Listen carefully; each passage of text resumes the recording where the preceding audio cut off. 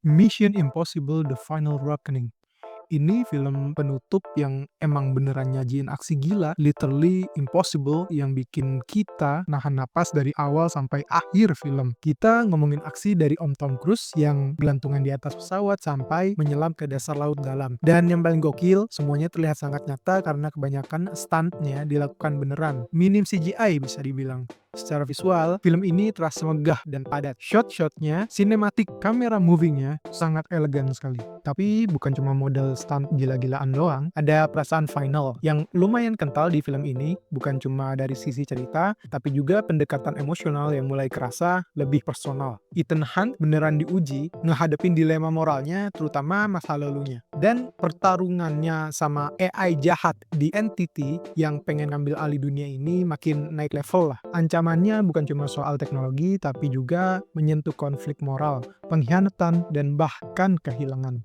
Nah, kalau soal plotnya ya, film ini tuh langsung nyambung dari Death Reckoning Part 1. Jadi kalau kalian belum nonton bagian pertamanya, mungkin sedikit kebingungan di awal, ya sebisa mungkin harus nonton yang pertama ya, agar bisa lebih nyambung aja. Tapi juga plotnya sendiri ya bisa dibilang lumayan kompleks, penuh dengan layer dan twist yang kadang bikin deg-degan, tapi jujur aja, kadang malah kerasa terlalu berat dan ngejelimet, jadi ya harus mikir keras. Ya mungkin tipikal film-film popcorn, pengemasannya dibikin kompleks, padahal intinya ya nggak ribet-ribet banget lah. Tapi ini yang bikin serunya, penonton bisa nebak-nebakan alur ceritanya mau bagaimana nantinya. Visualnya megah dengan color grading yang terasa lebih dark dari film sebelumnya. Sinematografinya itu bisa dibilang salah satu yang paling rapi dari seluruh seri Mission Impossible. Chemistry antara Ethan Hunt dan Grace makin solid ya di sini. Dan Grace juga nggak cuma jadi sidekick biasa, tapi punya porsi penting yang ngedorong cerita dan dinamika mereka berdua. Intinya, meski bukan masterpiece dari segi narasi, film ini tetap jadi klimaks yang layak dan memuaskan buat penutup cerita Ethan Hunt. Ini adalah campuran antara aksi, kelas gila, dan penutup emosional yang berani. Kalau kalian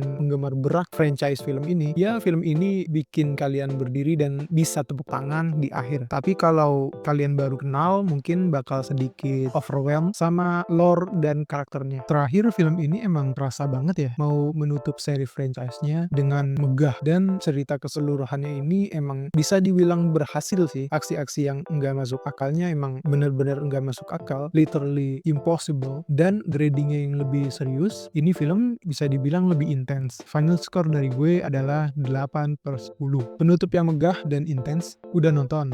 Komen di bawah.